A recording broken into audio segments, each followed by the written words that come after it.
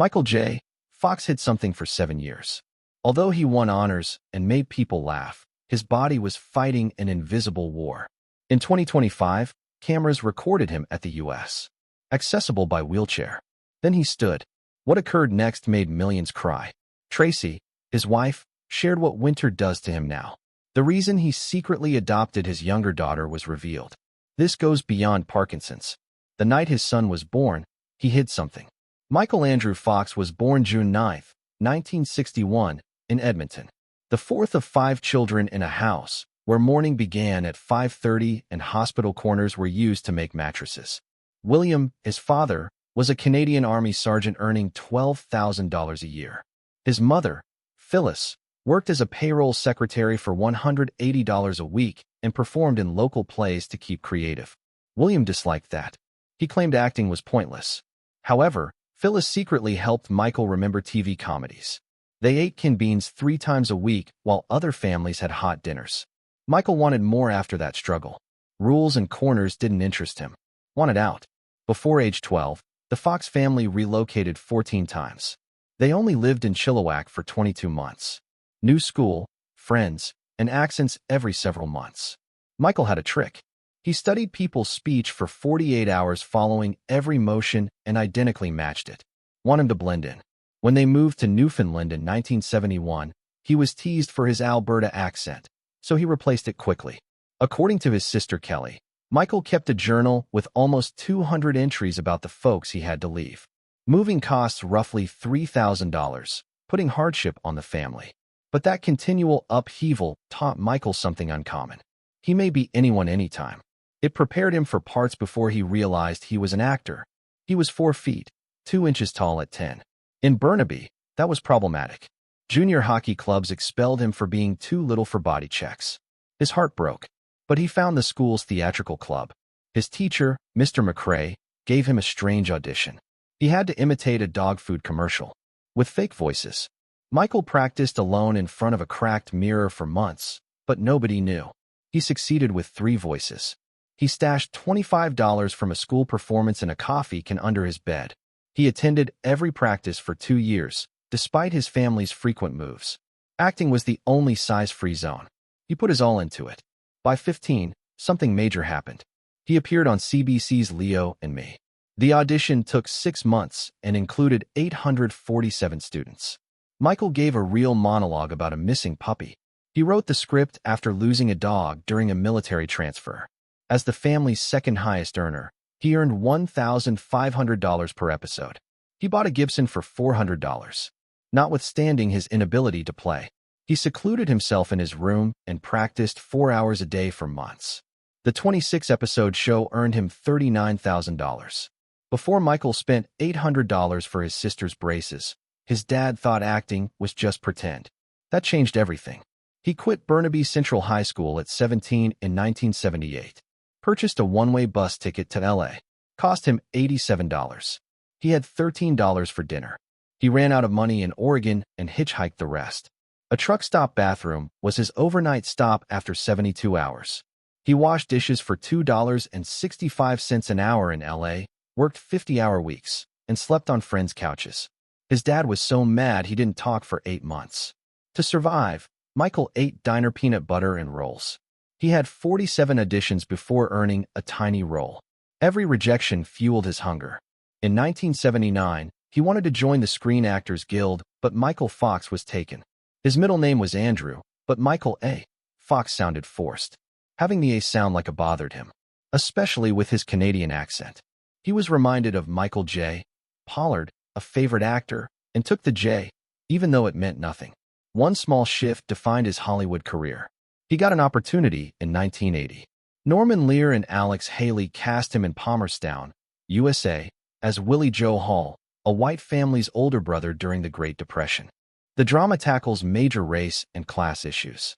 It only aired 17 episodes, but Fox got his first taste of Hollywood. He played morally significant interracial friendship sequences. Even though it ended quickly, it taught him how unpredictable TV can be. Between 1980 and 1981, he had guest parts that established his image. On Trapper John, MD, he played an epileptic teen.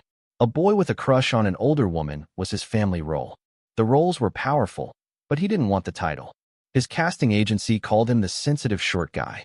That label lingered. However, one family role surprised. He wowed the producers with an impromptu sequence. That moment led to something more. His first film was 1981's Disney comedy Midnight Madness. Disaster struck. The film failed. They disliked it. Received $5,000 in debt. He had to sell his car and move into a modest $200 a month apartment that was barely livable. He had McDonald's virtually daily. He wrote his family letters at night, but never mailed them. He almost quit, ready to return to Canada. Opportunity knocked again, so he didn't. NBC was casting Family Ties in 1982. They wanted Matthew Broderick, but he declined. Creator Gary David Goldberg didn't like Michael's audition and thought he didn't fit. He got another shot after the casting director persisted. He got it right this time. Even then, NBC's Brandon Tartikoff wanted him gone. Goldberg was instructed to lose the child. Not a lunchbox with that face. Goldberg retorted, "Give him 3 jokes." He chuckles 5 times. Fox stayed. Years later, he mailed Tartikoff a handmade lunchbox with the note, "Put your crow in." Behind the scenes, things were imperfect. Fox drank frequently in 1983's first season. He arrived late and unprepared at 21. On-screen, Mother Meredith Baxter secretly prepared an intervention. NBC never knew. Fox claims he didn't quit drinking until 1989. Show terminated the same year. His real life improved that year. His first Emmy was for The Real Thing in 1986. But the honor nearly cost the filmmaker his job. Fox went on a 3-minute political diatribe during a major sequence rather than following the script.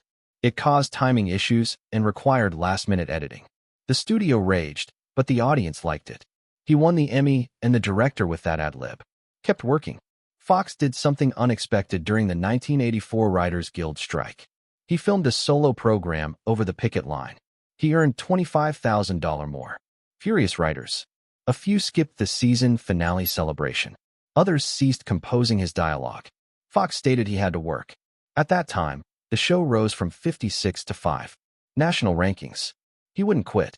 A major incident occurred on Birthday Boy in January 1984. Fox accidentally breathed real ash when Alex smoked a cigar.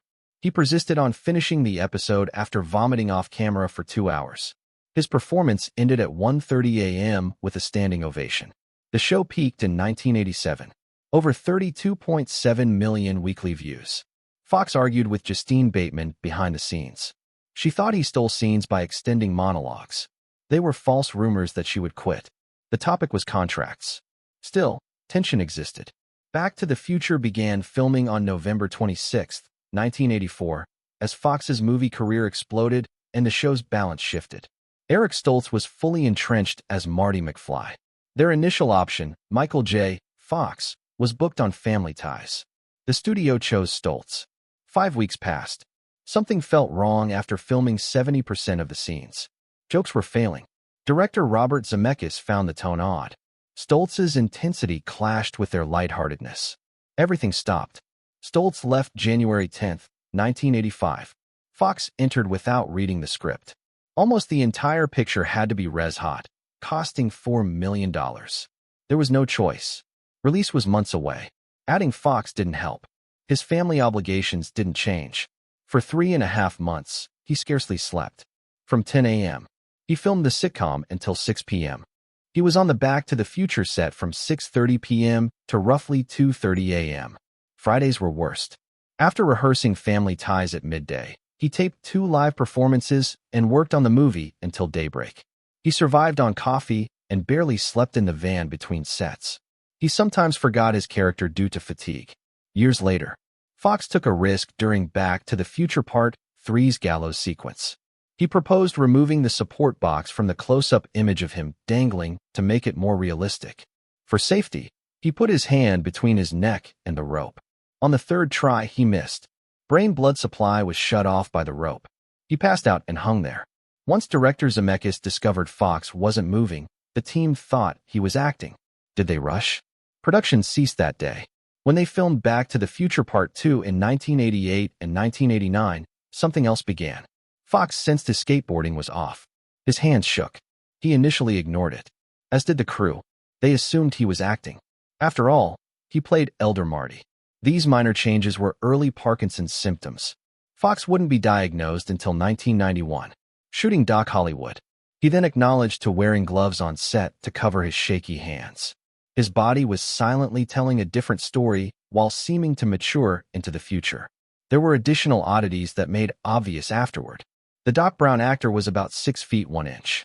Fox was just under 5 feet 5 inches. The producers made Lloyd hunch over permanently to make them look more natural. Doc's iconic appearance included this minor technique. Lloyd often pranked Fox on set, hiding the DeLorean keys. That prank delayed shooting for 2 hours and nearly cost $50,000 in overtime. 1985 was more than Back to the Future. Teen Wolf was filmed by Fox. The film was shot in 21 days. Each day began at 3 a.m. Over 4 hours for werewolf makeup. Yellow lenses, thick prosthetics, scratchy garments. He'd scream mid-shot, not putting on the costume. He continued to show up daily. One risky scene involved surfing a van's roof. They brought in a stunt double to prevent the sleep-deprived Fox from falling. Fox's sneakers were burned in 1987's The Secret of My Success. He stubbed cigarettes between takes to save time. Light of Day had to be started while he was filming Family Ties. Right after that shoot, Fox learned to play guitar from scratch, bleeding through his fingers because he insisted on doing all the solos himself. He even wrote and sang his own song for the movie, though he expected them to replace his voice with James Taylor. They didn't that year. Fox took a darker turn with bright lights and a big city. He was drinking heavily in real life, and it started to bleed into his performance during one shoot. The set's phony cocaine was milk sugar. Fox said the scenes were too realistic. He later labeled it art emulating my irresponsible existence. The hurried timetable and strike-related 7-day screenplay rewrite didn't help. Fox requested longer sequences in The Vanishing, a 1988 Dutch thriller, despite his limited vocal role. Producers yielded. They were unhappy. He was excluded from the 1993 American remake. The message was plain. They didn't want demanding actors. That choice hurt. He could have joined a big team. War Casualties followed in 1989. Fox gained 10 pounds for his U.S. Army role. His Sean Penn sequences were intense. Penn maintained his violent sergeant persona off-camera, not talking to Fox, and advised others not to. A fight broke out, stopping filming. They were separated for the rest of the shoot by the director. Fox woke up with a twitching pinky finger while filming Doc Hollywood in 1991. He believed it was just from partying with Woody Harrelson, but the tremors spread. The left hand kept shaking. He was 29 when diagnosed. He kept it quiet. While acting, he kept his hand in his pocket and blamed the shakes on his character's crash fatigue. It wasn't acting. It happened, but nobody knew. He linked up with James Woods in 1991, the hard way. Woods often deviated from script, startling Fox.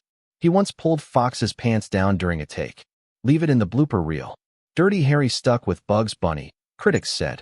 Greedy followed. In 1994, his character's selfishness was inspired by genuine events. After Family Ties was a hit, he campaigned for more money. Co-star Kirk Douglas found Fox's acting too sincere, even unpleasant. Just behind Ace Ventura, the film opened decently. He struggled to switch from humor to drama. War Casualties cost $22 million, but earned $18 million. Critics saw his variety, but audiences weren't ready for darker assignments. Not only the Back to the Future kid. Even as the condition shaped him, he chose harder jobs. Stuart Little was a new challenge in 1999. He voiced the mouse, but his tremors hindered him. He took almost 200 takes instead of 20 or 30. Every session revolved around his medicine. Time peak effect. Some days, his voice shook at the end. Crew felt it was perfectionism. In 1996, The Frighteners were a bizarre example of reality influencing art. Fox's tremors injected tension into the footage. Director Peter Jackson embraced it. Fox shakes his hand while holding ghost-detecting gear. Not in the script, but it worked. Marsh strikes that year. Upon his early death. For more than drama. Fox and Burton agreed it would mask his symptoms. Fox's shaking increased the panic as his character became green. Only 2 takes were taken. Fox later requested a ghost resurrection sequence, but viewers found it confusing, so it was excluded. Atlantis, The Lost Empire, was more complicated in 2001. The medicine blurred his speech. Disney audio engineers felt that was his character's accent. Production halted for 3 weeks. Fox even under-medicated while recording to avoid slurring and over-medicated for tremors. Disney never mentioned it. Yet the picture opened on schedule and raised $500,000 for Parkinson's research. Fox produced one of his most visceral performances in 2002's Interstate 60.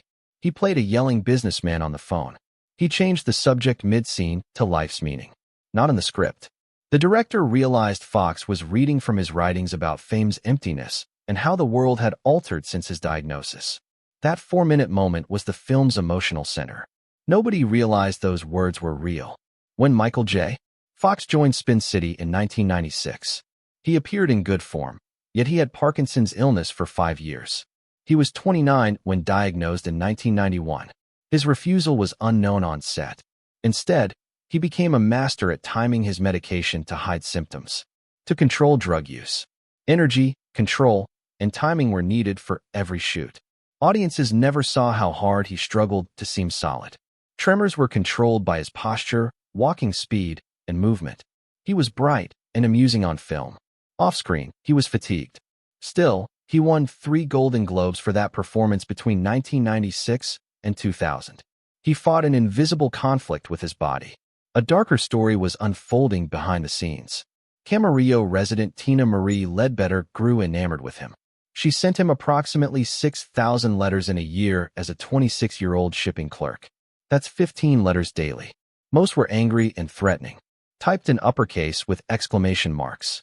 She sent him boxes of rabbit droppings. Her fixation became dangerous after Fox married Tracy Pollan. She was unhappy that he chose Tracy over Nancy McKeon, whom he previously dated. The FBI intervened. They tracked boxes, arrested her. Fox hired bodyguards and added security to set. The wife couldn't travel under her real identity. He said it transformed his life. Fox revealed the diagnosis in 1998, 7 years after it was made. Spin City was in its 4th season. His character's story mirrored his. Sometimes episodes hinted at broader struggles, such when Mike Flaherty considered running for mayor. But behind the scenes, things were becoming worse. He had dyskinesias, abrupt, uncontrollable movements. Swaying and shaking, he was exhausted. But he kept performing. Charlie Sheen was hired to prepare for Fox's departure, and the production shifted from NYC to LA.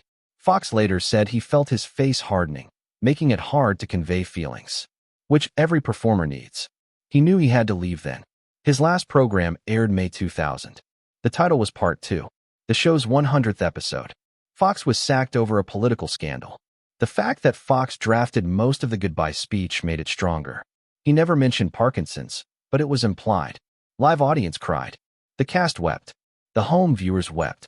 No episode hit like that one. Without finishing, it provided closure. His final bar scene with the group was one of the most dramatic TV scenes. Fox remained after departing. He played heroin addict Dwight on FX's Rescue Me in 2009. Real and raw. Reviewers enjoyed it. Nominated for an Emmy. Fox had struggled with addiction years previously, which was unknown. He drank heavily after his 1991 diagnosis. He says he had 4 glasses of wine and possibly a shot. It all collapsed in 1989, the night his son Sam was born. Fox passed out in the hospital waiting room. Tracy gave birth alone. He woke up in dread, realizing what happened. That day, he attended his first AA meeting. He's sober since 1992. He changed after seeing Tracy's face and hearing her question, "Is this what you want?" That moment rescued him.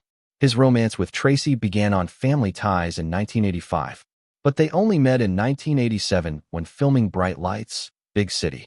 The proposal occurred on December 26, 1987. On July 16, they married in Vermont. 1988, paparazzi helicopters ruined the outdoor wedding, which was supposed to be private. A security circus, he said. Still sending scary letters, stalker Ledbetter continued that year. Moving safely required Tracy to use fictitious names. Their family expanded swiftly. After Sam, born May 31, 1989, Tracy had miscarriages before IVF. They have twin girls Aquina and Skylar on February 15, 1995. Fox was also filming The President with Michael Douglas. He was working 18-hour days, masking Parkinson's, fretting about Tracy, and falling on set. Doctors warned him. But he persisted, determined to keep quiet. His body made him halt. Then, in 2001, Esme was born. She was secretly adopted from a New York orphanage. Media didn't know anything. Fox would visit her in delivery uniforms to avoid detection. They employed backdoors and aliases. Private for almost 20 years. Fox revealed in 2023 that Esme's arrival helped him overcome Parkinson's denial. She encouraged him, but Parkinson's didn't end it. Fox acquired a spinal tumor in 1991, the same year as his diagnosis. Though unrelated to Parkinson's, it nearly incapacitated him. Tracy once discovered him comatose on the kitchen floor, his left side frozen. Despite the risks, he had surgery. After that, he had to relearn cane walking. Still, he kept it secret. He did not want Hollywood to see weakness. So he grinned, acted, and persevered. Only in 1998 did his ailment become known. By then, concealing it had exhausted him. He'd used weighted utensils at supper, drank, and planned every set move for years. Everything changed when he opened up. His foundation began in 2000. Research funds exceeded $2 billion, more than any non-government source. Parkinson's major breakthrough occurred in 2023, a biomarker that detects disease 20 years before symptoms. It's 90% correct. Trials began 2024. Science termed it revolutionary. His foundation supported 3,000 projects in 35 nations. Personal gift, $50 million. He paid for it himself. He received the Presidential Medal of Freedom in 2025. That's America's top civilian prize. In his address, he joked, "I'm not afraid of dying. I've practiced bad reviews since 1976. He was afraid behind the fun. He feared he wouldn't live 80. He was hardest hit in winter. Tracy, his wife, felt his silence spoke louder than his words then. But the world watched every time he stood up. The 2025 U.S. He stood with his family after appearing in a wheelchair. It garnered over 1 million views in hours. He stood again at the BAFTAs the same year, nervous, sluggish, but resolute. Before speaking, the crowd gave him a 3-minute standing ovation. Millions cried at his 90-second address. In a week, 3 countries upped Parkinson's funding by 40%. The hashtag MJFF Fox Strong became viral.